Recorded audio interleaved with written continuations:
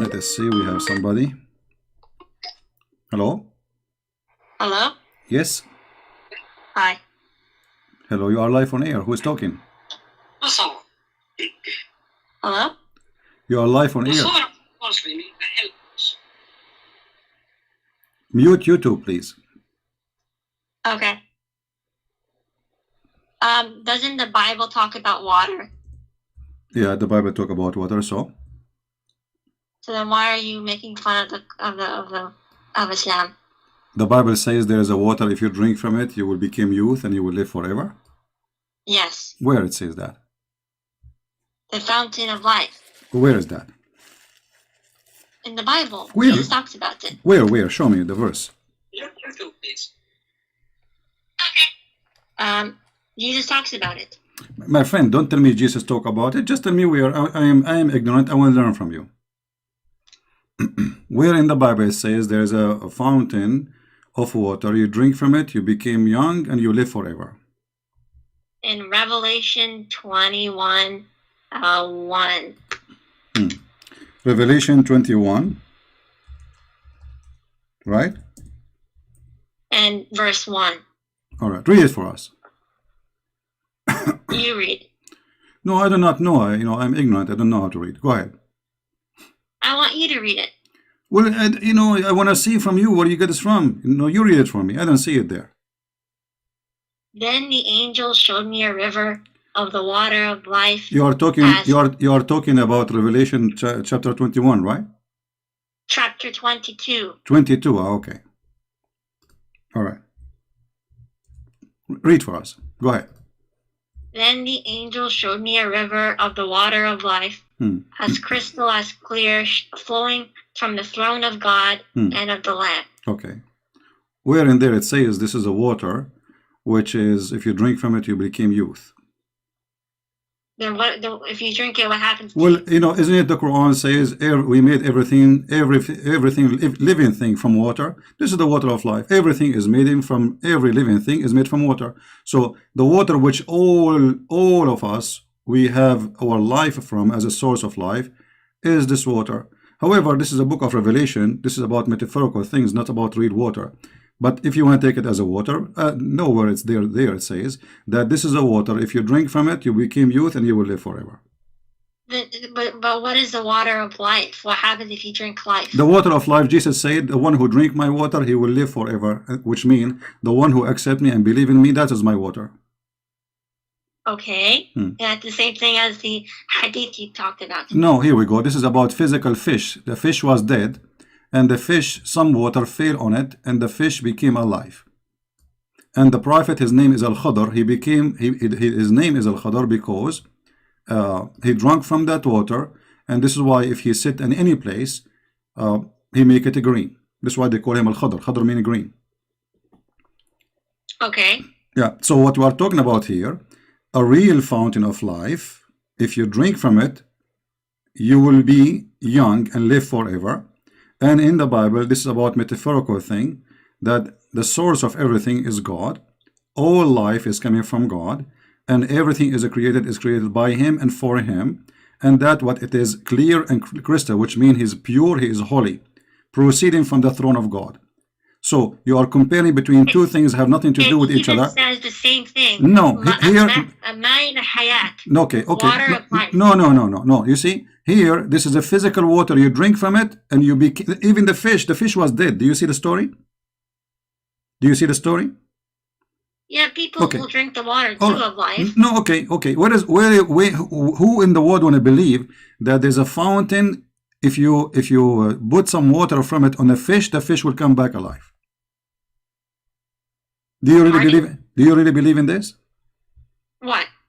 You believe that there is a fountain of water. If we take some drop of the water, we throw it at the fish will become alive. If Allah wills it, then why not? Okay, but you see here, we have a problem. Allah is God. And Allah, He says, every one of you is going to face death. And then we find that there is something, have nothing to do with Allah, because this is not from Allah. This is the afterlife. No, this is Musa's. This is Musa's when he was a prophet for Israel. Allah, He sent him to learn from a prophet. His name is Al-Khadr. And he told him, take with you a fish, and when when you lose the fish, this is the sign you will find Al-Khadr. So he took the fish with him, which is a whale, and then some water of the water of life dropped on the fish, and the fish became alive. And then he followed the fish trace, because the fish, imagine, has a trace in the ocean. The ocean became like a rock. Read the story. So you are calling me, and you cannot explain anything except saying, if Allah He want. Well, Allah He cannot have that. Why? Because the Muslim, they claim that everyone will die, and وَمَا مِنْكُمْ إِلَّا every one of you ذَائِقُ الْمَوْتِ, which means he is going to taste the death. But this fountain is against that, because every one of you can live forever. Then Al-Khadr, he drank from this water, he is alive. He was in the funeral of Noah, he was in the funeral of Moses, he was in the funeral of Muhammad, and he's alive until now. So this is the most funny story. Obviously it's a fairy tale story taken from the story of Gilgamesh. But okay, so what you're talking about is the water is the thing that you're having trouble with is that the water is on earth, right? It is on earth. This is Musa's, my friend. The story here is saying that he will go to Al-Bahrain. You know Al-Bahrain? It's a country. It's here. It's next to Emirat. You know Al-Bahrain? Okay. Okay. So this is Al-Bahrain. Allah, he told Musa, he said, a person, he asked him, is there someone he knows about Allah more than you? Musa says no. Then Allah, he says to Musa, no, there is someone, he is my slave. And Musa, he said, okay, send me to him, I want to learn from him. Here we go, read the story from the beginning. The problem, you did not take the effort yourself to read the story from the beginning. Allah, he sent him to his servant, his name is Al-Khadr, so he will learn from him, you know. And this was on earth. This is Musa is not in heaven. This is on earth. So he went all the way to Al-Bahrain, and he have a servant with him. Musa, he have a servant. I don't see what the problem is. The problem is, this is a fairy tale, that there is a guy, his name is Al-Khadr, and he drank from the fountain of youth. You have double standard, because the book of Revelation, if you read it, talks about dragons. This is all metaphor. There's no dragon, there's nothing. This is all metaphorical. You know, you are trying to make it literally, but this is, as you see, it's a book of Revelation. This is not about something happened. It's not about something, you know, like physically real. This is no, you are the fake. The book of Revelation about God in a metaphorical way. Everything there is a metaphorical. You know, when you say that the throne of God, do God really have a throne, chairs, have 4 legs? In Islam, yes. In Christianity, no. So for us, the throne of God present the authority. For you, the throne of God is carried by eight mountain goats. Literally. It's okay, though. You can argue the same thing for Islam, that it's metaphorical. No, you see, you have to prove it. You see, for me, you can say it's a metaphorical, but no Muslim says it's a metaphorical. You are the only one making these things up. So for us, this is our belief. You can go right now, open any interpretation for the verse you are reading. All of them, they will say the same. It's not like Christian Prince is coming to you with his own belief. When you speak to somebody about his belief, you have to accept his belief. Now, I'm asking you, according to your belief, is this a story metaphorical or real? It can be interpreted as any way you want. No, it's not about me. I want it. I'm saying according to Islam. According to Islam, not according to individuals, me or you. According to Islam, is this a story real or not? It depends. Like, if you read it, it depends on how you interpret. There's nothing. It's called, you know, the meaning. When we ask a Muslim, Sheikh, is he going to say this is a real story happened, or this is metaphorical? He will say it's real story and it happened. Not a single Muslim sheikh, he will say to you that this is not true. Okay, but do you like have a stronger argument? What do you mean? Like, this argument isn't strong. Okay, what do you want? Okay, choose a topic and we will go there for you. Just because I like talking to you. Actually, you sound like a nice lady, and you know, we can have a good conversation. Choose for me a topic which is a strong argument for you to prove to me Islam is true. You see, I'm not going to pick up my cherries against Islam. I want you to find me the most powerful thing for you as a Muslim you can convince a Christian with. What is that? Are you there? Look like we lost her. Hello? No, we did not lose her. What happened? Call me back, please, because I cannot see your name. Hello? Hello? Yes. Did you Sorry. hear? Did you hear me what I said? No, sorry. Okay, I was saying I'm not going to pick up my cherries against Islam because, you know, I can say something negative, I can choose something negative. I don't want to do that. I want you, by your help, to show me something very positive, very good about Islam to convert all those Christians who are listening to Islam. Choose your best and leave the rest for me. We believe in one God. You believe in one God? Yes. So this is the best argument you have? Of course. Okay. Well, there is a church. There's a church in San Francisco. It's called the Church of Satan. They worship one God. His name is Satan. Secondly. Okay, but that's not God. Okay. How we know that Allah is God then? What is the proof that Allah is God? The Quran is a linguistic miracle. Well, the Quran is full of mistakes, my friend. The Quran. How this Quran can be linguistic miracle if you don't even speak Arabic? Do you speak Arabic? I don't, but I heard Okay. Muslim scholars All right. talking about how. Okay. Look what the Arab they said about the Quran. The Arab were laughing at the Quran in the time of Muhammad. Is that true? Or I'm making things up? They may have. Okay. So how it is a miracle, but yet the Arab are making fun of it? Because people try to deny God and try to make fun of him. But you just said that the Quran is a miracle. How they can deny a miracle like this? Look what they said in chapter 8, verse number 31. And when our okay, hold on. Miracles, they called him No problem. satanic. No problem. Hold on. When our verses, the Quran, are recited to them, they say, "We have heard this Quran. You know, we have heard it. If we wish, we can say the like it. It is nothing but it is nothing. Hold on. It is nothing but the fairy tales of the ancient. Why they are saying this is the fairy tale of the ancient? But they didn't produce anything like it. Okay, I will go with you guys. They did not produce anything like it. Well, Muhammad himself, he copied from the Arab Quran. And you know what? I'm not going to use source from the infidels. I will use Islamic source to prove my point. Is that okay for you? Okay. All right. Okay. So if Muhammad he took from the Arab Quran, that's mean Muhammad is a fake prophet. Here we go. Okay. This is your prophet. This is Sahih al-Bukhari, very Sahih.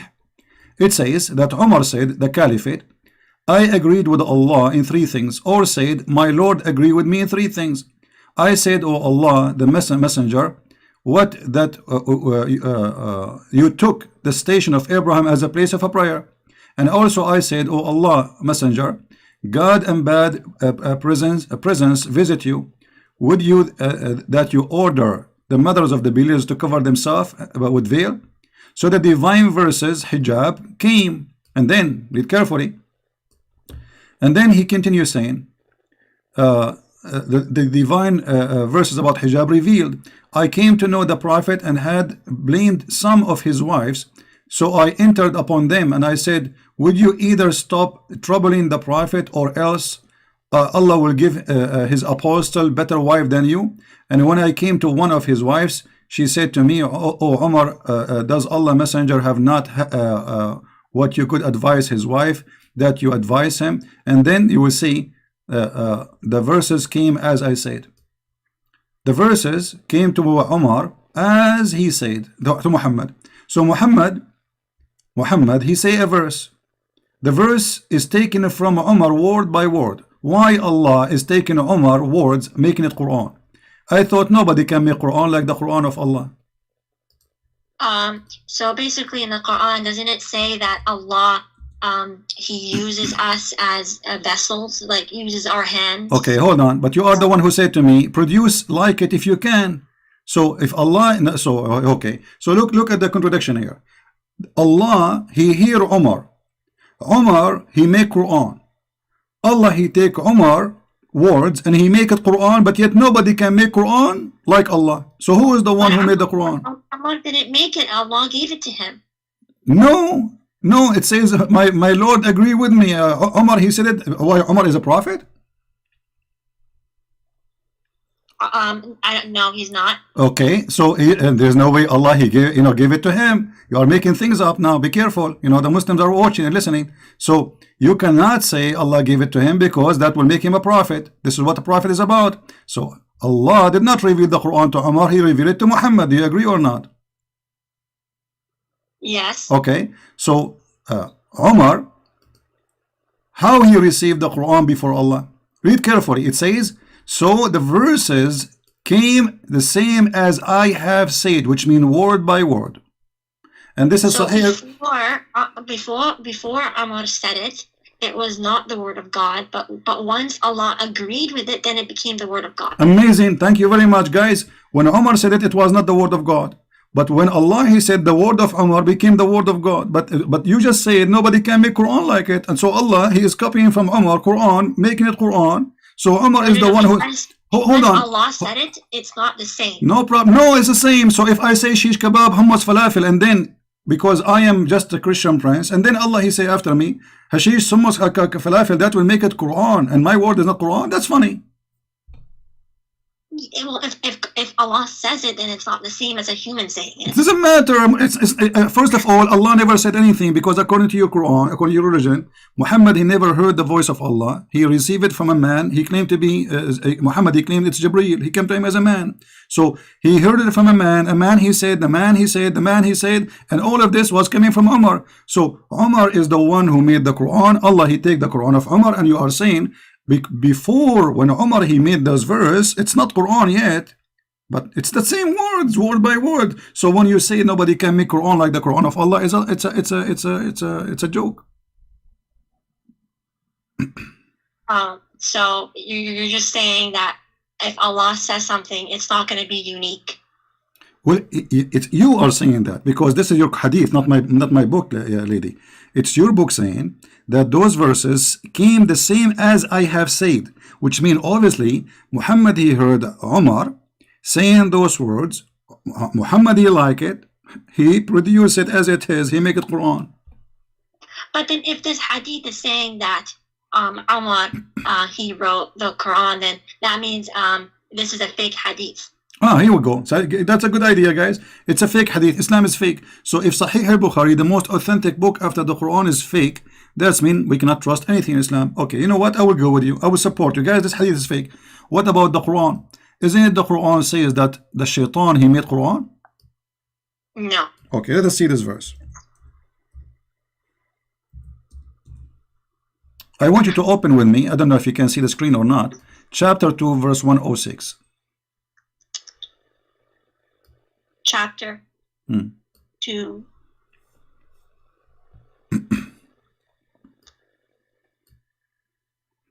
Verse 106. It says, Okay. whatever verses or revelation we do abrogate or cause to be forgotten. Who is the one causing the Quran to be forgotten?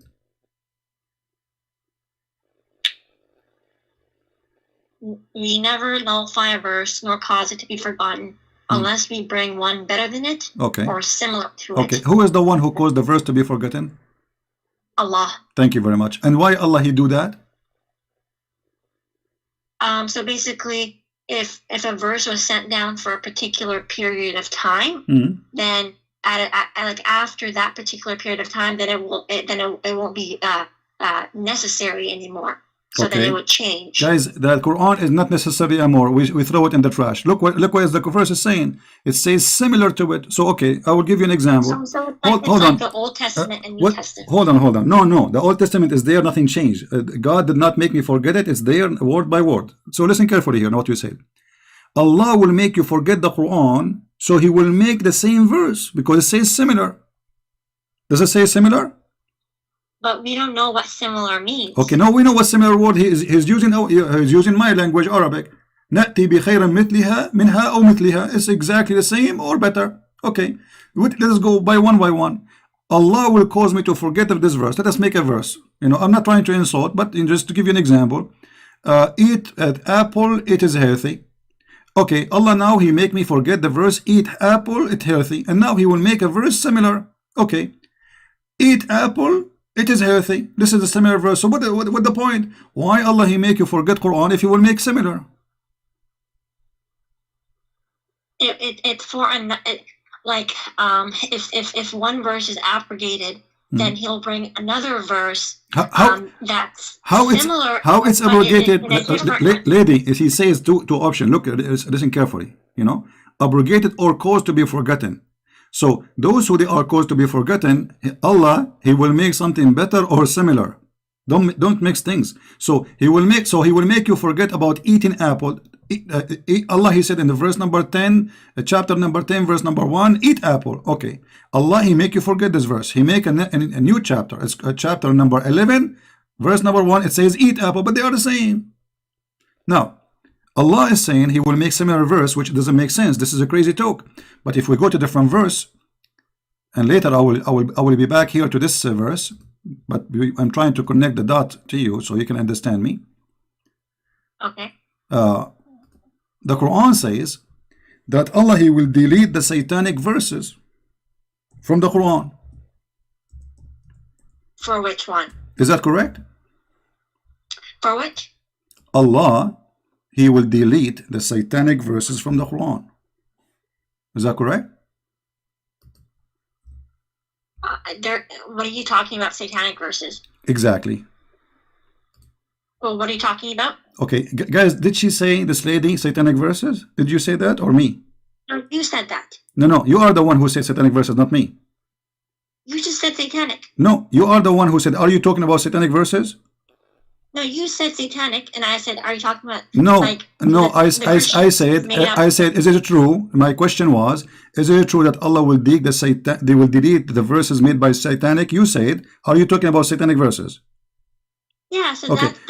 Those are the lies. Okay, so you confirm. Okay, let's see if it's a lie. So this is a lie, guys. It's a lie. Read the verse with me. Chapter 22, verse number 52. Go ahead. I'm listening. Never did we send a messenger or a prophet before you, but when he did recite revelation or narrated or spoke, Shaitan threw in it, but Allah abolishes that what Shaitan throws, and Allah establishes His revelations, and Allah is all knower, all wise. Okay, so Allah will abolish what? What Shaitan threw. He throw where? Where he throw? It does not say. Okay, it says, here we go. He recite revelation. It's revelation. When he did recite the revelation or narrated or spoke, Shaitan, he throws some falsehood in it. Where in it? In it what? In the speech. In the speech, which is revelation. Okay. Okay, so now it's confirmed in the Quran that Shaitan, he made satanic verses, and Allah saying, but Allah abolishes that. Thank you very much. No problem, guys, but Allah abolished it. Okay, question. How Muhammad did not notice that this is satanic verses, yet Allah is the one who will abolish it? Look what happened. You're a prophet, he was talking. Shaitan, he put words in his mouth. Muhammad, he did not notice that this is not from Allah, which means it was a perfect Quran for him. And then after he speak, he went home. Few days after, Jibreel, he come to his house. He knocked at the door. Habibi Muhammad, what you did, Habibi? He said, what? He said, the verses you say, those are not from Allah. Okay, hold on. The Quran says nobody can make Quran like the Quran of Allah. Who is going to be the judge? Muhammad. Because how we will know if this is from Allah or not? Muhammad is the prophet. Who is better than Muhammad to recognize which Quran, which is not? Muhammad himself. It does not say that Muhammad knew that it was Shaitan. It does not say that Muhammad did not know that Shaitan threw it. Thank you. No, it says he did not know. I can show you the interpretation. You want to show you the interpretation? Yes. All right, no problem. All right, give me a second, please. You see, here we don't talk from our own because that will not be right. As we said, when we debate Muslims, we debate them about their belief, not what we claim. All right. So we will go to the interpretation of the Quran and we will open it.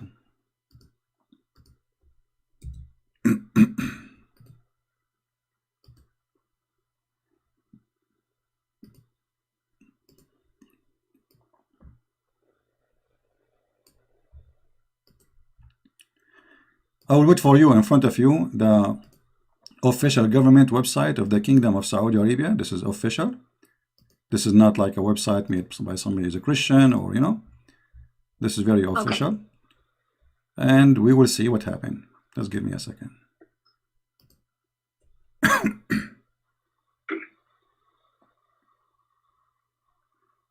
Let us hope that this website will open, will work, because usually sometimes it doesn't work. It take.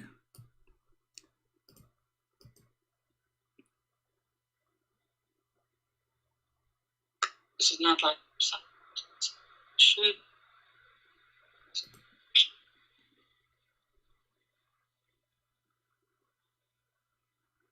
I wish you speak Arabic, because I can show you all the interpretation in Arabic and you will die laughing. But anyway, we have to find it in English.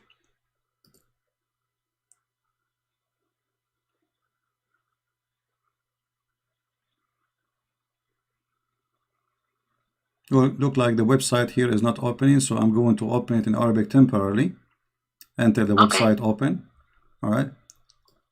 Okay. I will do it in an easy way, you know. I will search in front of you in Google. Search. But I don't think that that's the only interpretation for this. No, I will show you any interpretation you like. Anyone, all of them. Actually, here we go. This website have all interpretation in one page. All right. But I don't think any scholar would say this is the definitive interpretation for this verse. Well, we will see. I mean, well, no. What do you mean any scholar says? So are you saying you Muslims, every one of you make up his own mind about what he like? What, you know, he make up a religion? Do you have a religion or you have opinion? Well, yeah, there are different opinions, right? No. So you don't have a religion. It's called Islam. You have opinion about religion called Islam. Well, we follow what the like the scholars they study. Okay. And they. Let us read together. Here we go. Finally, the website open, so we can read. Would you please read for me the screen? I put it for you on the screen. Oh, it's in Arabic. No, now it's in English. I just moved. It's going to take maybe a second for you to see it.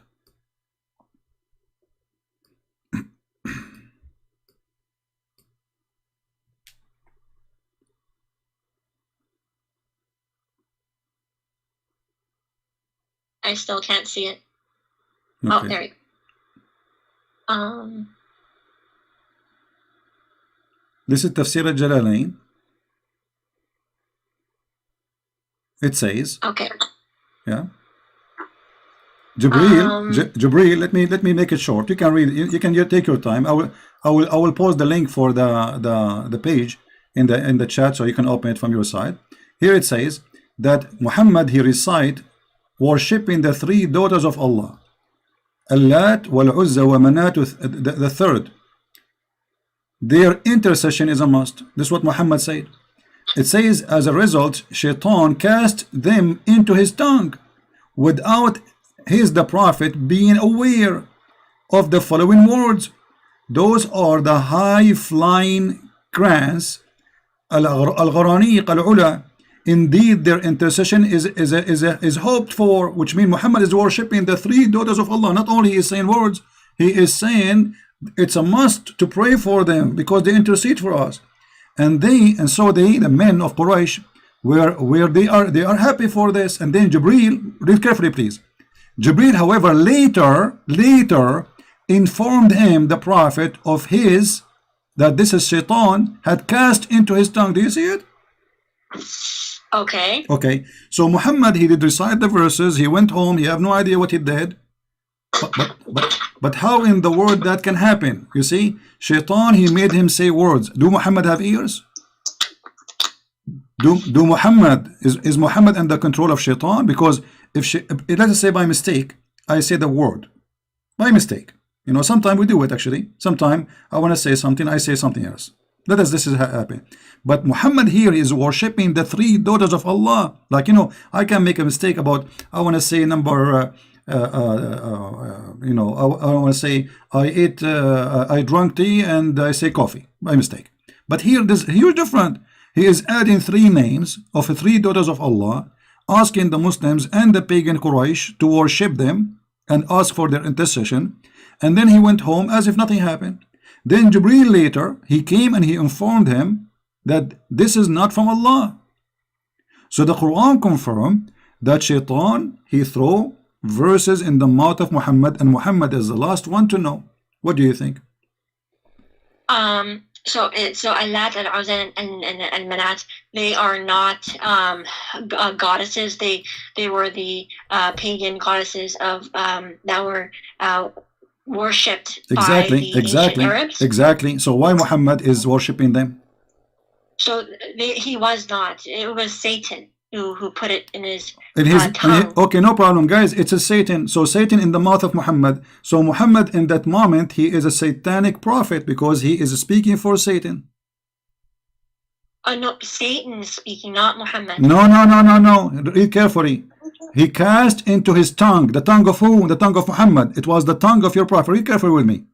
Satan casting them into his tongue without the prophet being aware. So the prophet is controlled by Shaitan. His tongue is speaking satanic verses. So your prophet at that moment is a satanic prophet of Satan. Shaitan speaking through Muhammad, using the tongue of Muhammad. Muhammad is talking, but the fact it is Shaitan telling him what to say. That is a satanic prophet. Well, if this contradicts the Quran, which says that that Satan doesn't have like power, authority over you. Thank you very much. You see, you are helping me. So look, guys, she just said it clearly that Muhammad is a fraud because that the story is a fraud. No. The Quran mentioned the story that Shaitan he threw in his speech. What are you talking about? So the Quran says that Shaitan he have no authority over the good believers except the criminals. Except the criminal. Inna ibadi ليس لك عليهم سلطان إلا من اتبعك من الغاوين. Chapter 15 verse number 42. So this verse proving to us that Muhammad is a criminal. He is an evildoer because the Quran confirm, and thank you very much for mentioning this verse. You are a very smart girl.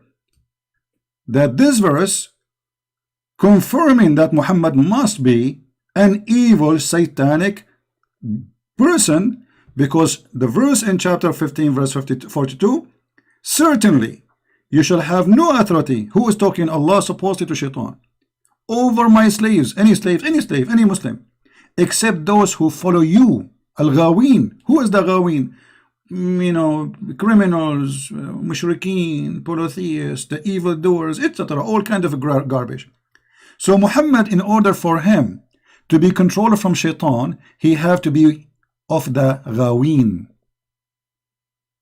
And by your help, we prove it to be true. Then that would mean that the verse does not say that Satan talked. It does not say that Muhammad talked on behalf of Satan. It said that Satan put the verses in his mouth. Okay, but Shaitan, in order for him to do that, he have to have authority. The verse here says you have no authority. This is talking about Shaitan or Shaitan. This is Shaitan. Yeah. No, this is Shaitan. Read the conversation. If you go back a few verses, you will see that this is about Shaitan. Here we go. Allah, he said to Iblis. This is about Iblis specifically by name. It's Iblis. Iblis is the first Shaitan. You don't know who was Iblis? Iblis is the first Shaitan. According to your religion, Iblis is the first Satan. And when he came to the earth, Allah, he gave him a penis, and excuse my language, he gave him private part of a male in the right leg, and a private private part of a female in the left leg. So when he shake this with this, he enter this into that, and then he lay 10 eggs. And I can show you the interpretation. So first Shaitan is this Shaitan. This is the father of all Shaitan in the world, so according to Islam. So this is Shaitan. Allah saying to him, you have no authority.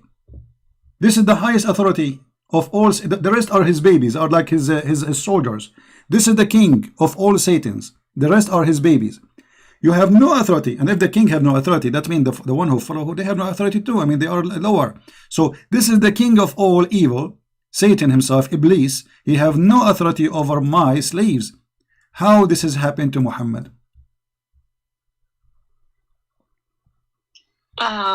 So this says Iblis, not Satan. No, Iblis is the first Satan. Iblis is the father of all Satan. So when this says that Iblis has no authority. It does not say Shaitan has no authority. Lady, Iblis is the highest authority of Satan because he is their father. He is the king, their king. So if the king cannot do it, the one who is lower than him, he can do it. Everyone is under the king. You know, if I am saying to a king, you have no authority to do that, you cannot do that. That's it. Which means you and your soldiers, you cannot do that. That's it. So Shaitan, he cannot do that. Okay, then if Muhammad, as you say, was this, then why did he give to the poor, and why did he give? Before we go there, lady, I like your response. Before we go there, I want to mention something. You see here, when we say that Muhammad, he made this verse, or the Quran saying this verse, any satanic verses he throw, I will take it off. How I know that this verse itself is not made by Satan? The Muslims, they start complaining. They said to him, you said to us, you worship Allah alone. Why you did say the three daughters of Allah? So Muhammad, in order to cover himself, he made this verse says, never we send all messengers before me heaven to them. But this is not true. Never happened to Moses, never happened to Isa, never happened to any prophet that Shaitan, he put satanic verses in their mouth.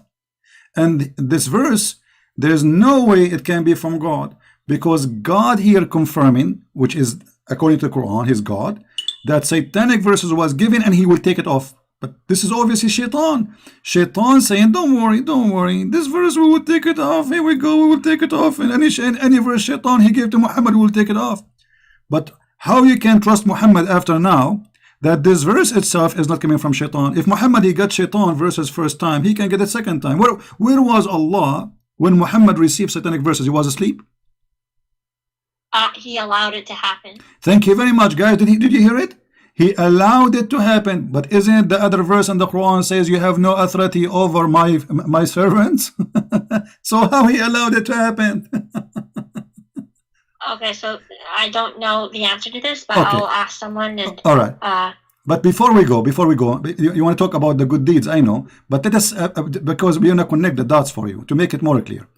Was Muhammad controlled ever by black magic? It was a sickness. Sickness or black magic? Black magic is sickness. Black magic is sickness. It's called bewitching. How that is sickness? Is that a sickness? You take drugs for it? You take aspirin, So or sick for some time, and then after he was healed by Allah. okay? But is it really sickness or black magic, which is the Shaitan?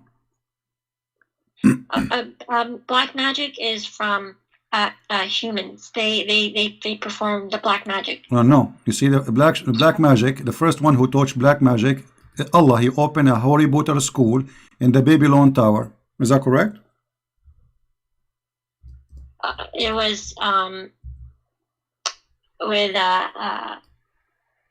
the two angels. Yes, the two angels, and then the two angels they taught the shayateen too. Read the verse, chapter 2, verse 102. Allah, he sent two angels, Harut and Marut, and they opened Harry Potter school in the Babylon Tower next to Saddam Hussein house, and then they teach magic, and then this is in the Babylon, and then Shaitan, he used those magic to harm people.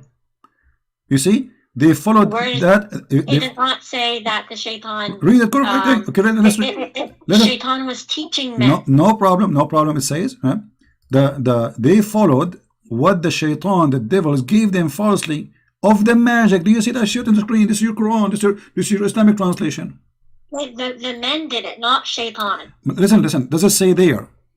They followed what the Shaitan, the devil, gave out falsely of the magic. Does it say that? Yes. Okay, yes, thank the you. men did it, not the Shaitan. Okay, the man did it. The man did it. The man did it. Okay, but the man did it. Did what? Do black magic. Okay, what is a black magic? It's like evil power. Evil power. We go back to zero. You are the one who mentioned to me that Allah, he said to his servant that you it's have. the same black magic in the Bible where the Pharaoh turn the stick into snake. No, you see, this is not a black magic. We don't believe in black magic. In the Bible is speaking about that the magic of Moshe, overcome the magic of the Pharaoh, which mean for them they thought that this is a magic. For us, this is a miracle of God. This is not a magic. We don't believe magic is a lie. So here, you Muslims believe in a magic. And the one who taught the first school is Allah. Why Allah is teaching magic? Do you know? It's to test mankind. Thank you very much. Allah is testing Muhammad? Why not? Okay. By doing what exactly? How he tested him? What the black magic did to Muhammad? Let us see how this test work. It shows if he still stays with the faith. Okay. But look what the magic did to him. Did not affect his faith, affect his private part. Read carefully with me.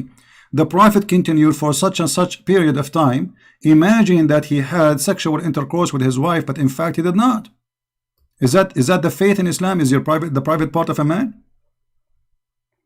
Is Muhammad religion in his private part?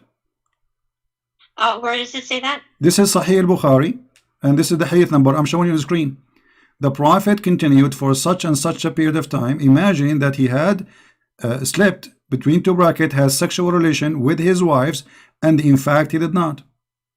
Why Allah doing that to the Muhammad private part? What does have to do with the trial of a religion? The guy still he is a prophet, and now he imagined himself doing things, so he lost his mind. And this is Sahih al-Bukhari, hadith number 6063.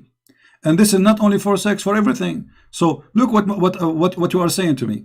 Allah he allowed this to happen. Allah he sent two angels to open a school to teach black magic, and black magic will be affected the prophet, and the prophet will start imagining that he had done a thing, but in fact he did not. Which means the prophet he lost his mind. And now we need to ask ourselves, if the prophet he imagined things, how we can trust that he saw angel, he heard the angel talked to him? The guy he lost his mind. He's crazy. So the reason why we can trust is that the Quran gives an evidence that no mankind can produce something like it. We just showed you that Umar and Shaitan they produce. What do you want more? We just showed you that. How you repeat the same thing? I just showed you that Muhammad copied from Umar many verses in the Quran, and here we go. Shaitan he is making Quran, and Muhammad the last one to notice. And the verse about Allah will delete the satanic verses, maybe this one too is from Shaitan to make us relax and will not go over it. And here now we find that Muhammad is a crazy man. He lost his mind. Listen, if I say to you, lady, I do not know your name. I want to speak to you really with respect, but I want you to listen to me carefully. If I say to you, let's say you are a doctor, and I am a person coming to you. I say, okay, my name is a Christian. I imagine myself seeing somebody talking to me. What you will say to me? Be honest. I imagine, and it's true. I imagine. It's not true, which means it's not. I don't see anyone really. I'm imagining. What do you think? What you will say to me? What is your opinion as a doctor, as somebody educated, smart, and I need your help? I imagine myself speaking to people, or even making a relationship with my wife, but in fact it did not happen. What you will say to me? What happened to me?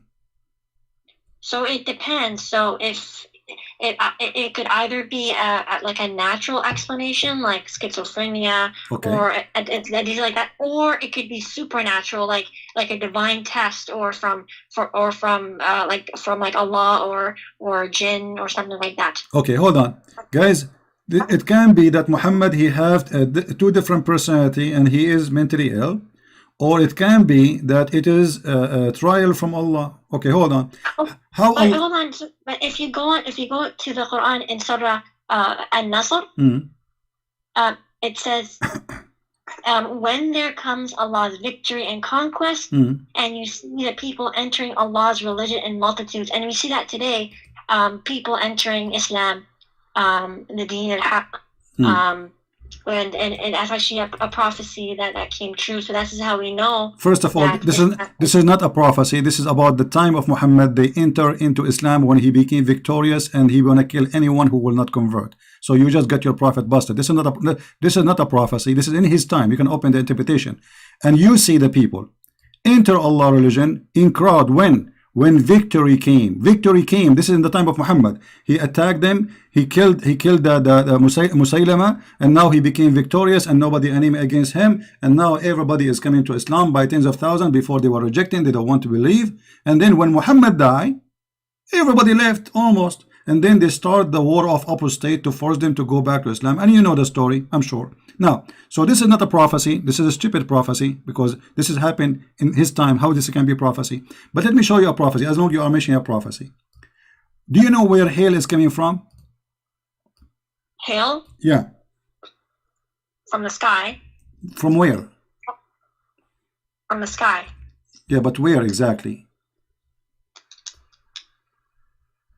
It says hail is generated in a thunderstorm. Thank and you. Is really just so there's frozen. So if I say to you that my dad, he taught me, or my teacher taught me, that there is mountains and God, he break hail from it and he throw it at us, what you will say? If it's literal, then it would be false. Okay, well, this is literal. Here we go. This is your prophet. He's talking about how the rain come and how the hail come, and he is saying that, and look, the Muslims, they try to cover the shame. They say sky hail like mountains. There's no like, there's no similar to mountains. It is from mountains. Let us open the interpretation just to show you how Muslims, they try to translate, a specific translator, how to try to fool poor people who don't understand Arabic. This is the tafsir. You see, I'm reading your Islamic website just to show you how the shame work. I feel really sorry for those Muslims, like this lady. She is, I can tell she is a good lady, you know. She is a victim of the lies. Chapter 24, verse number 43. In front of your eyes, I will do the read interpretation. 24:43. Remember, here we go. This is the official government website of the Kingdom of Jordan, and the reason I'm using it because it's in English. They have English translation. That's all. Otherwise, all websites are the same for me.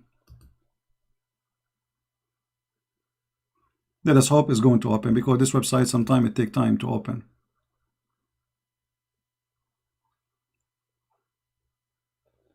We can open Ibn Kathir if this one doesn't work. Let me go to Ibn Kathir, hold on, because this one taking forever.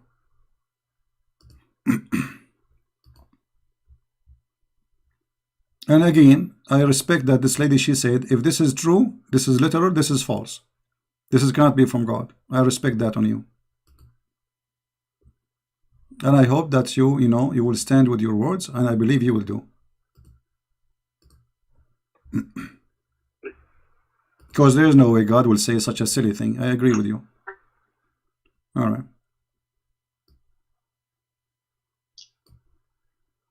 Let us go and see.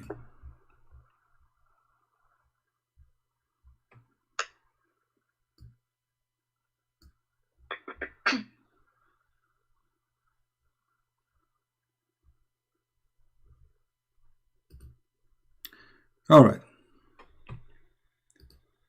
Look like this website start working again, so we will use it. Thank God.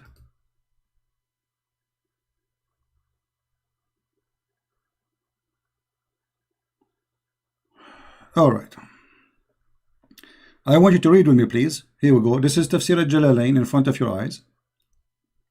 Haven't you seen God, blah, blah, blah. And then he says, and he sent down from heaven out of the mountains min jibalin, min is extra, that is therein, in heaven, fiha, substitute for min, etc. I know, try to explain Arabic. From the heaven, with repetition of genitive preparation, hail, and he sent down, and he submit to those who he don't like. Okay, so Allah, he sent hail from mountains in heaven. Let us see different interpretation. Maybe this one is not clear for you.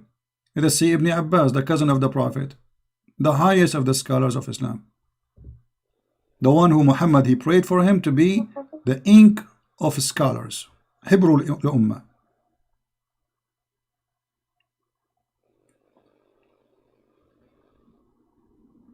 Allah, he sent hail from mountains in heaven. He break hail and he sent it on us. This website is taking forever to open, as usual. Or I should make a donation to the King of Jordan so he can get a better hosting website. You know, like, come on. This is Tafsir al-Jalalain. Yes, this is a Jalalain.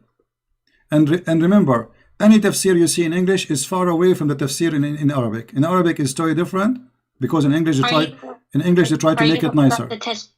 Huh? Are you going to put up a tafsir Ibn Abbas? Yeah, I'm trying to open it, Ibn Abbas, but it's Ibn Abbas. Scholars have debated whether it's reliable or not. Okay, what scholar is your choice? You can do Ibn Kathir. Okay.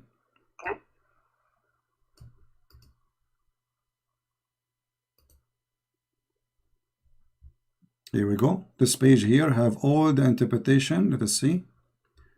This is Ibn Kathir.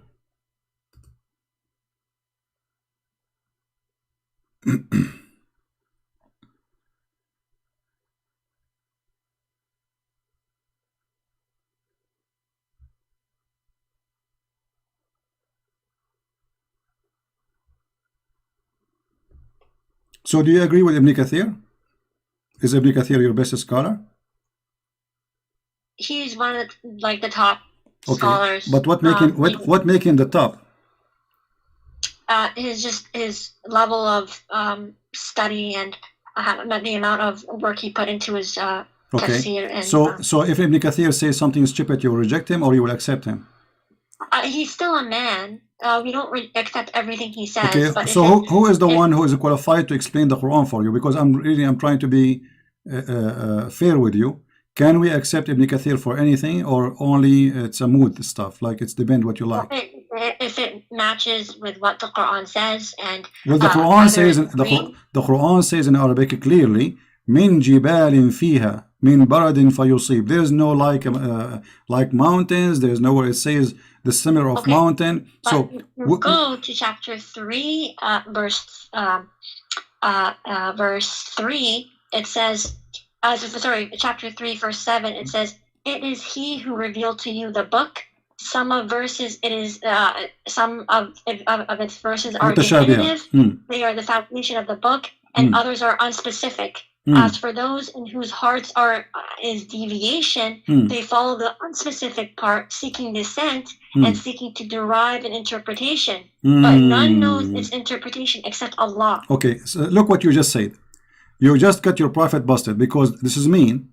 Muhammad saying that I say things nobody can explain save Allah. So why he say it to us?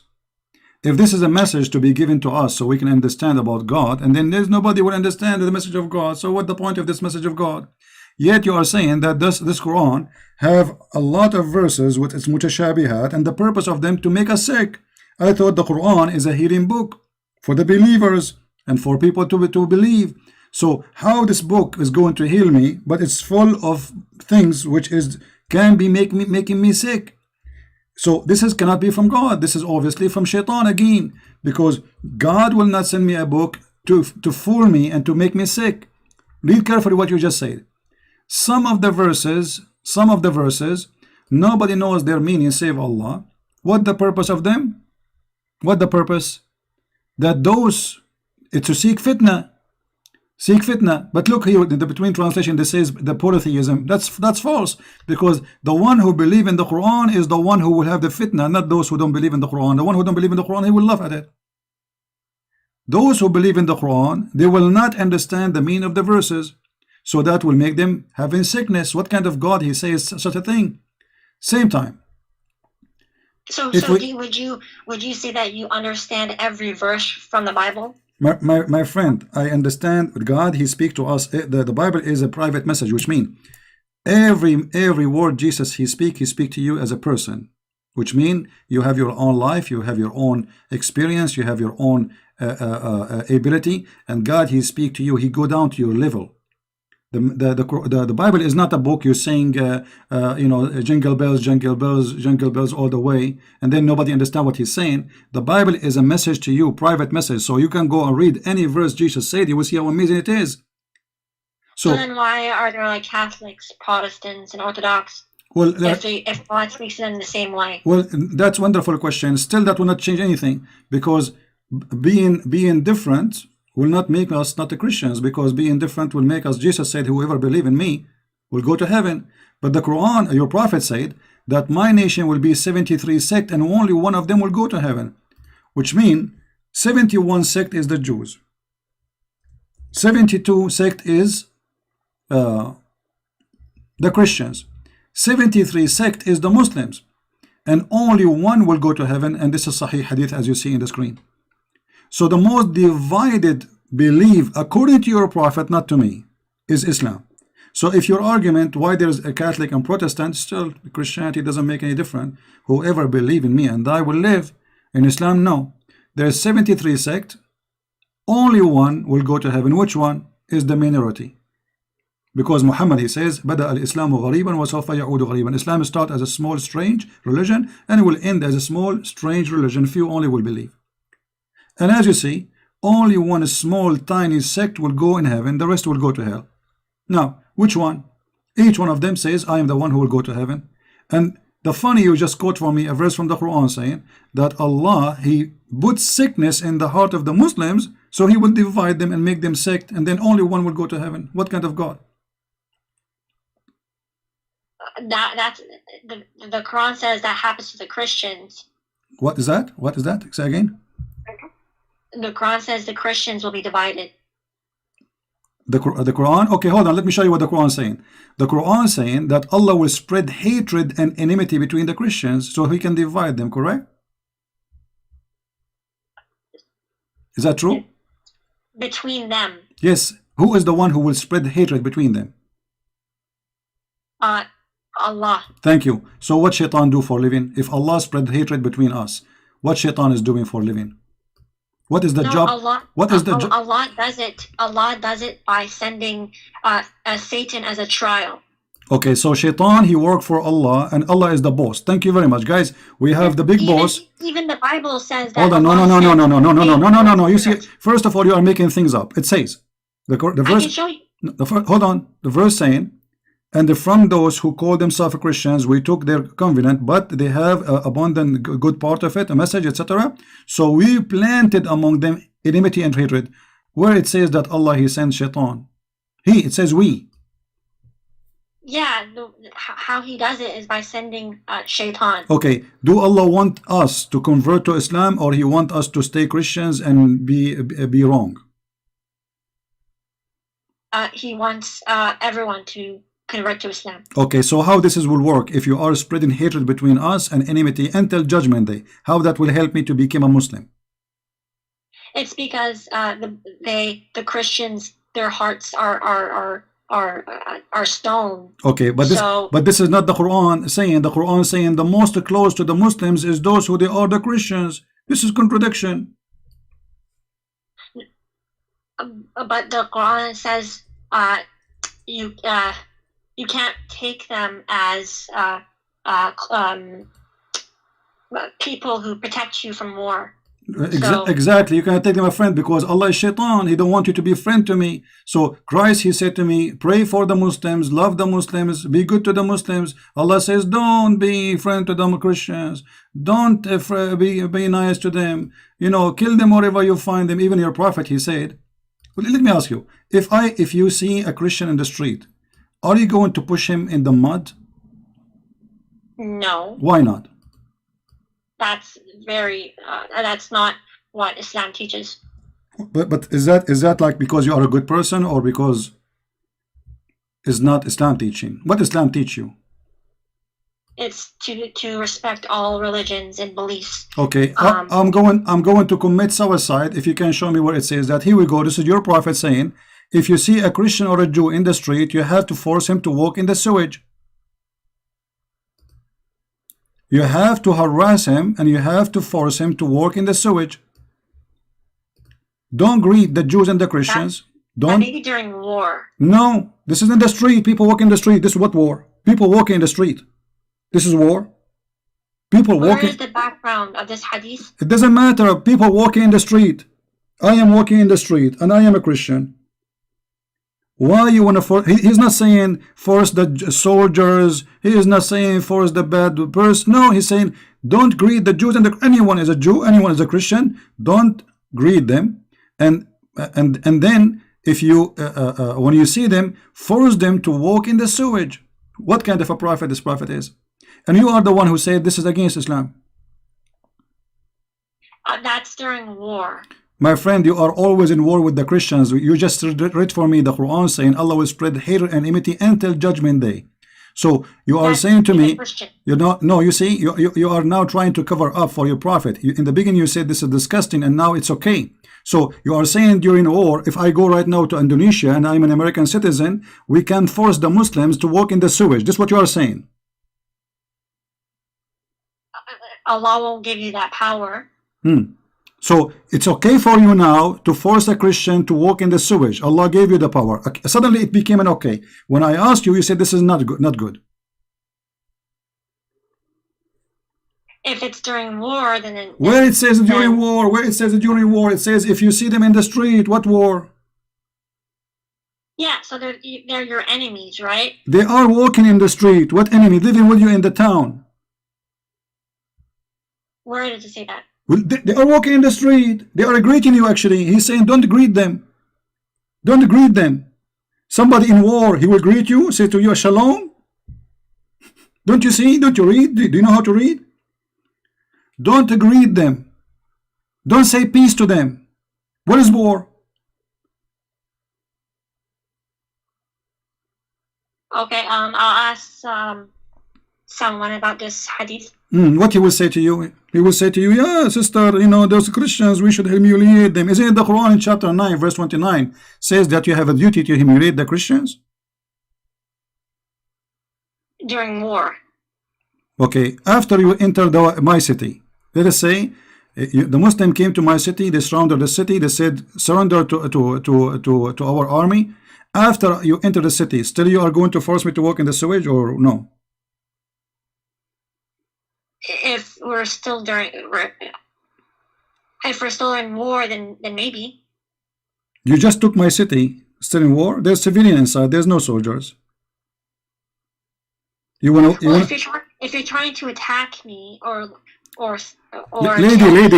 lady, no Christian attack your prophet. He is the one who came to their cities, occupied them. Look how false you Muslims are. So you are saying to me, you come to my town, you attack my town, you take my town, and then you force me in the sewage, and you say this is okay.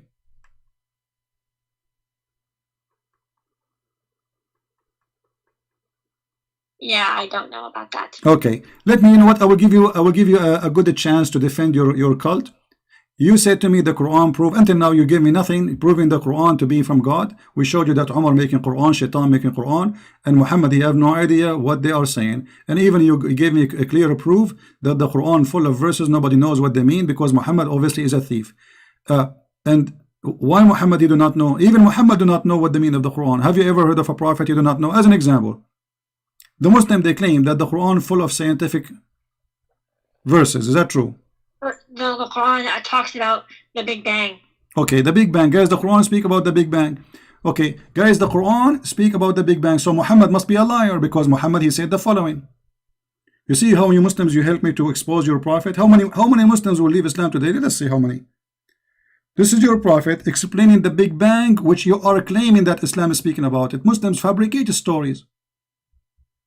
They lie to themselves. With my respect to you, look what your prophet said.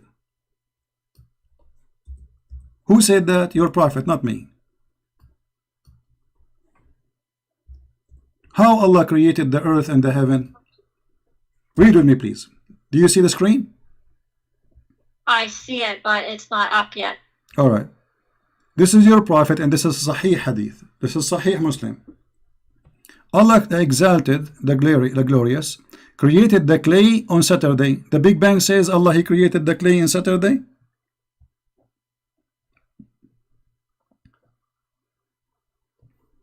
Is that what the Big Bang says? So the Big Bang is basically like a expansion of matter. No, and no. The essentially Big what- Bang. No, the Big Bang is nothing.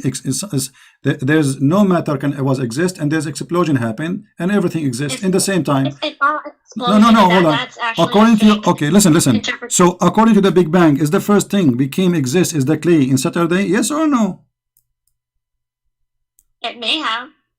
So Big Bang guys, the Big Bang theory believe in Saturday. So the first day was Saturday, and the first thing was created. The Big Bang is a clay. Okay, second day, Allah created the mountains.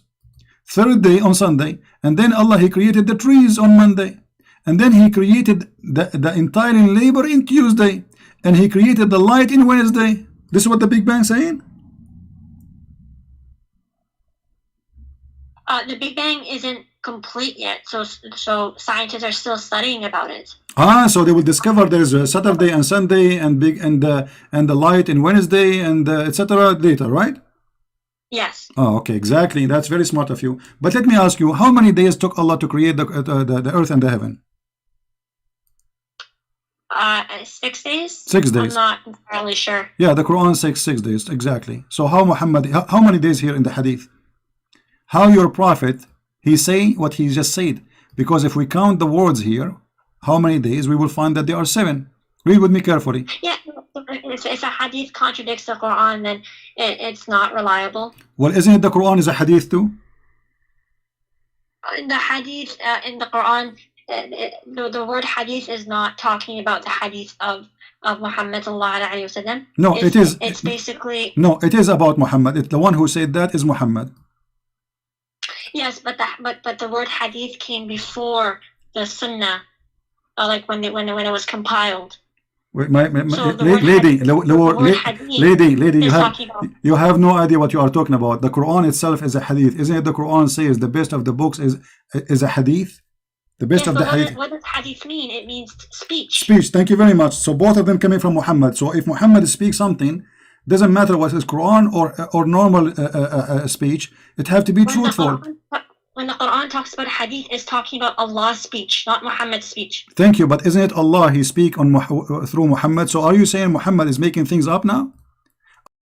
Your prophet, when he said Allah created the clay in Saturday, he was lying? This is not Allah saying that? Yeah, so if the Quran, if the hadith contradicts the Quran, then the hadith is not reliable. So is the Quran reliable? Yes. Okay, let me ask you. According to the Quran, where the sperm of the man is coming from?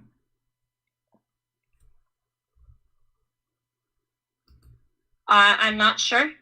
What do you think, according to science? I'm not a doctor to say, sorry. But you've been in school before, no? I have, but I'm not a professional. Aren't you a lady, adult? I am. Okay, so now maybe I don't know if you are married or not. So you never heard where the sperm of the man coming from? Well, I have an idea, but I'm not sure. Okay, what is the idea? What is the idea you have? Doctor. We are talking about science now. There is no shame. So where is the sperm is coming from? Well, firstly, sorry, what? Where is the sperm of the man coming from, and what the sperm will be? The sperm comes from the male genitalia. Okay, is it coming from the testicles of the man? And around it? I'm not a doctor, so Okay. I wouldn't know. According to the Quran, the sperm of the man is coming from the backbone. Do you agree with that? I'm not a professional, so I can't say. Okay. Do women have a sperm? As far as I'm aware of, no. Okay. So how the Quran says women have a sperm coming from their chest location? That may be talking about breast milk. Breast nut? What breast what? Breast milk. So now the milk became a sperm?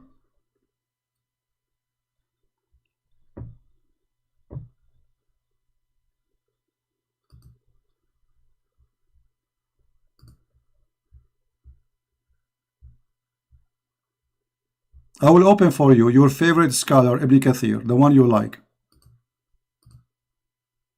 Let us see what Ibn Kathir said about Okay. how Allah he made the baby come to exist. Here we go. This is Ibn Kathir, not me. He is created you from water gushing forth, meaning the sexual fluid come from out bursting forth from the man and the women. From what? From the man and the women. It's a sexual and a fluid and the bursting forth. So it's coming out. This is orgasm, which is false because the women orgasm is not will make the baby. Thus the child produced from both of them by permission of Allah. Continue. Proceeding from between the backbone and the ribs, meaning the backbone of the man and the ribs of the women, which is referring to the hair chest. Proceeding from between the backbone and the ribs, the backbone of the man and the ribs of the women, the fluid is yellow and fine in texture. This is for the women, and the child will not be born except from both of them, i.e. their sexual fluid. Do you believe in this madness? Again, I'm not a doctor to say whether this is right or wrong. Okay, I will give you 10,000 years to search the internet and you will find that this is nothing but garbage. There's no way this can be from God. A man, he claimed that women have orgasm and that yellow fine texture will make the baby. If we go to the hadith, which is not contradicting the Quran, so you don't have the excuse now to say contradict the Quran, your prophet said that if the women have orgasm first, the baby will be like her, which means a female and look like her. If the man have orgasm, the baby will look like him. Do you agree with that? If Muhammad said it, then yes. Okay, but that's mean Muhammad is a false prophet because this is absolutely false. Everybody is laughing. This is far away from any scientific fact. Everybody is going crazy. Look what people are saying in the chat. So my lady, you are trying just because you are a Muslim, whatever Muhammad is say, you accept even if it's funny and stupid. Okay, let us make it simple for you. So Muhammad, if Muhammad is saying that, you agree with it. Is that okay? Anything Muhammad is say, you agree with it. Okay. Now, if we ask you, in the heaven of Allah,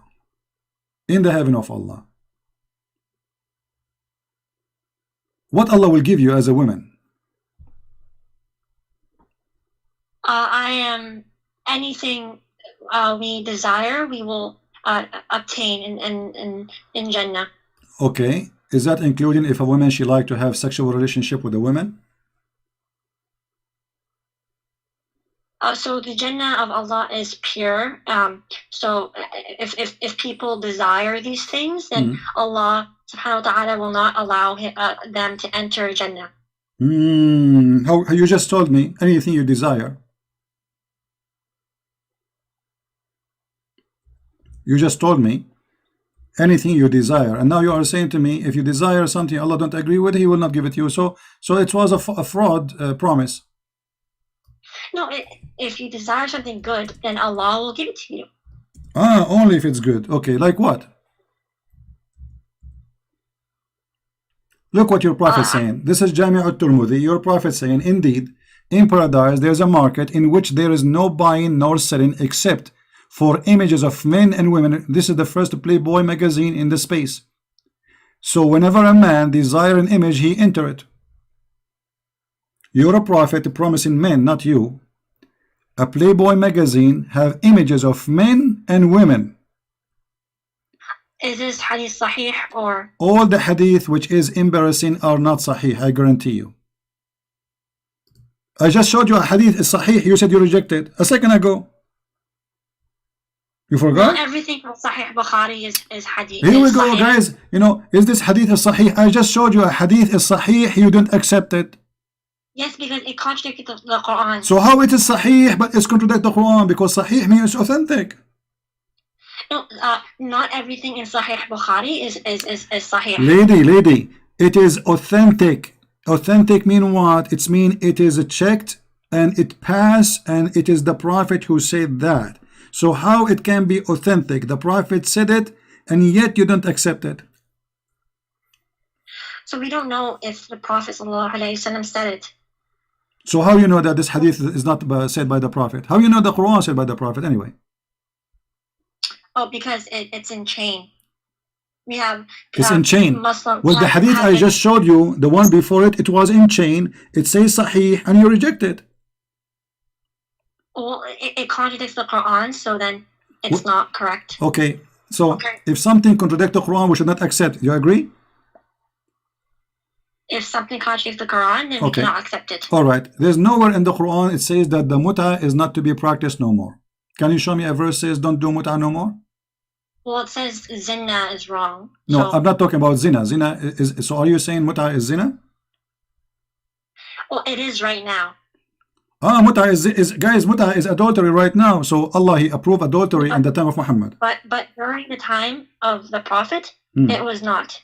In the time of the Prophet, it was a holy thing to do. Now it is haram. Why it's haram now? Because it was only for during war. Hold on. You can rent women during war? It's not renting. It's essentially, it's because men have like a desire. Who said it's, who said it's not renting? Who is the one who said that? You or somebody told you that?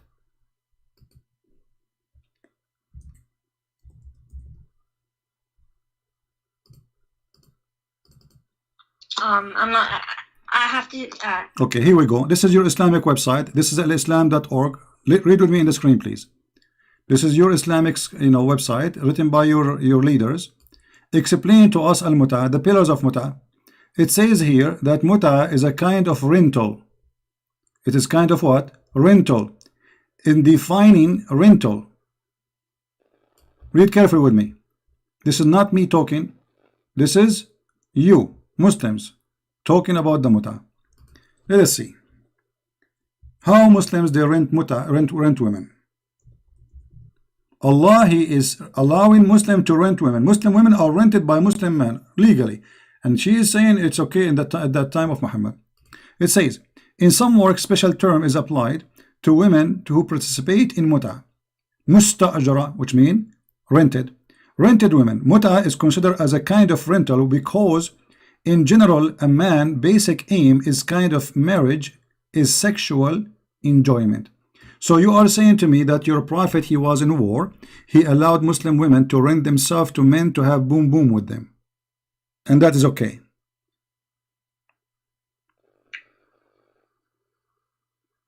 If it's during war, then I don't see a problem with it. So the women who take off her panty because somebody gave her $5 during war, is she a good woman?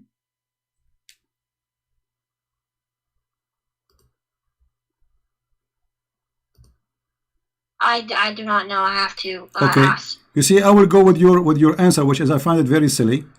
Muslims now in war everywhere. There is war in Iraq, there's war in Libya, there's war everywhere. Can Muslim men rent Muslim women? No, it was only during the time of the Prophet. But you just say this is because of war. So war is exist, nothing changed. So why in the time of the Prophet was okay and now it's not okay? If this is the reason, the war, well, they are in war. There's war in Iraq, there's war in Syria, there's war in Yemen, there's war in Egypt, there's war everywhere. So I can rent women or I cannot. I'm not really sure, so I can probably ask someone and then I can tell you what they told me. Okay, let me ask you. The Shia, they still practice Mut'ah. Why? And the Muslim Sunni, they are not practicing Mut'ah. Why? The Shia don't accept the hadith that. Okay, but you are the one, hold on, but you are the one who said to me, if the hadith contradict the Quran, we will not accept. The Mut'ah is a verse in the Quran. The hadith says that the Prophet, he forbid the Mut'ah. So how you see, look what you did to yourself. How you a second ago, you rejected the hadith because you said it's contradict the Quran, I don't accept it. But yet you accept the hadith about the Mut'ah, which contradict the Quran. The Shia says that zina is wrong. Okay, hold on. There's nowhere in the Quran says Mut'ah is zina. The Quran says you can rent women and you can pay them money for enjoying it, which means their private part. So you are the one shooting yourself in the foot. You said if a hadith contradict the Quran, you reject the hadith. Look what happened now. You are rejecting the Quran because of a hadith.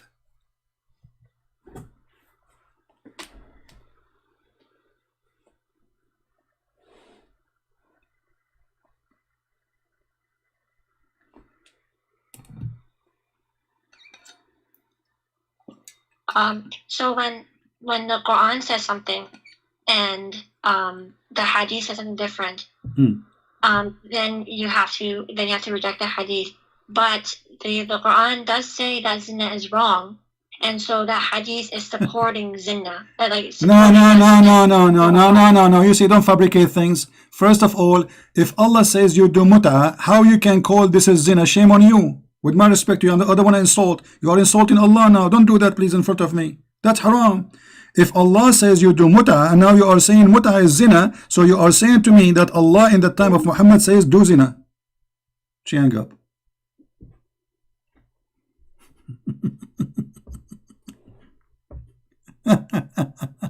Call me back. Do you see how they play games? We don't debate Muslims. You know, we have to. They play games. It's like a cat and a mice. You know, you have to go in the corner, try to hold them from their tail. No honesty.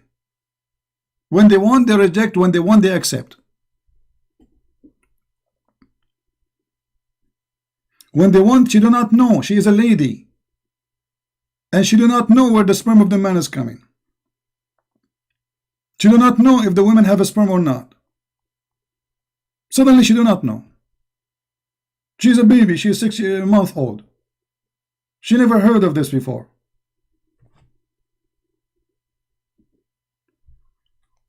Taqiyya, to defend Islam. This is the truth.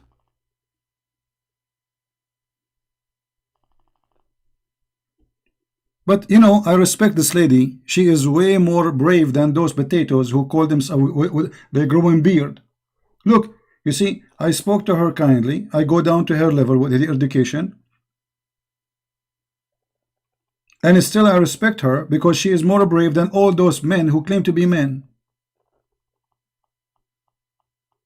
Is that right? She is a woman. She is better than those sheikhs who have long beard. They don't dare to call me. Look, I spoke to her nicely. I didn't say anything. And I go down to her level. I'm going with her wherever she go. As if I'm talking to a child.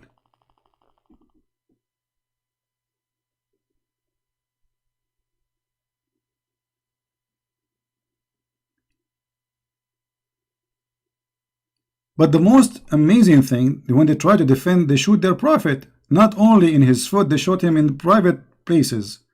She just agreed that mut'ah is a zina. So Allah in the Quran approve and encourage zina. Did you hear it? Fantastic. She hung up because now she said, oh, what I did. This is zina. So the hypocrite now, they accept the hadith which is contradict the Quran. But when they want, they say, we don't accept the hadith, it's contradicting the Quran.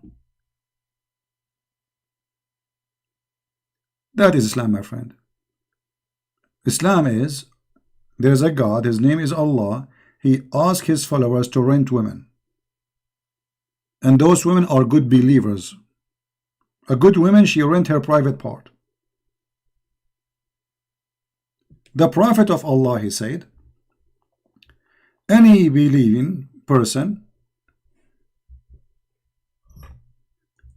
they agree to have mut'ah,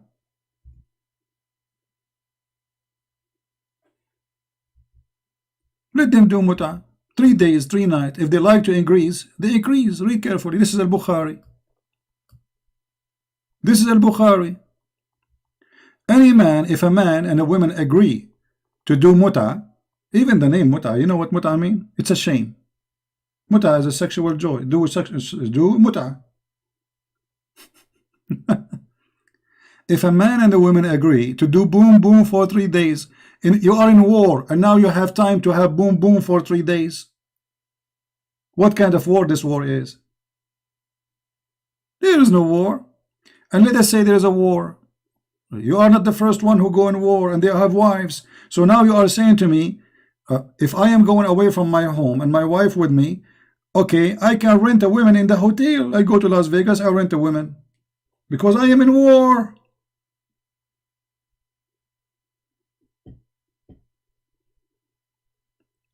Any man, any woman, they agree to do boom boom for 3 days. Let them do 3 days, 3 nights. And if they like to increase, they increase.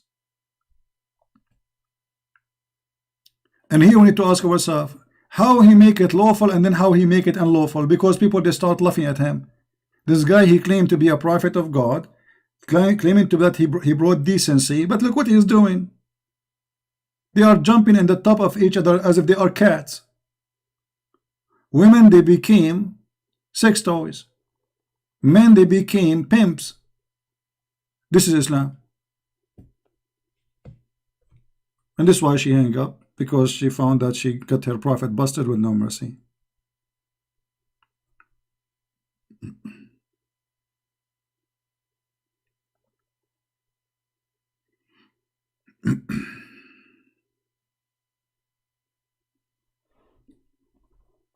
But I'm so happy that she said clearly that Mut'ah is zina.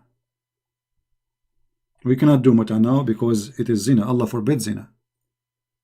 We have the prophet of zina. Take a note, please. This lady, I think she's from Indonesia, I don't know. She confirmed that the prophet of Allah is a prophet of zina. She confirmed that the prophet of Allah received satanic verses. She confirmed that Umar, he made Quran before Allah. And when Umar, he said, this is not Quran. But when Allah, he said, the word of Umar, this is Quran. It's a priceless code. Oh boy. You know, always when you speak to a Muslim, you have to go with their, you have to give them a hope. It's like doing fishing. Don't make them, don't hit in the head right away. It's like the snowball. Let the snowball go big until it became a mountain, and then he will find himself trapped. This is what we have to do. Zina means adultery, fornication.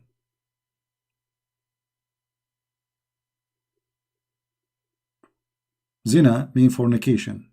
So this is the prophet of fornication, the god of fornication. He allowed Muslim women to rent.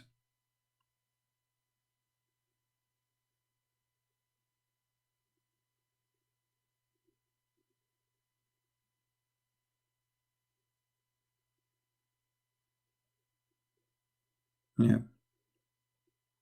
Who can make Quran like this Quran? This is the most stupid Quran. What Quran? This is the most stupid, funny book. We are the Arab Christian. We are laughing at this book from the first day. And after all the occupation and paying jizya and humiliation, still we reject it because it's stupid. Otherwise, why we reject it if it's amazing and it's garbage? What is this?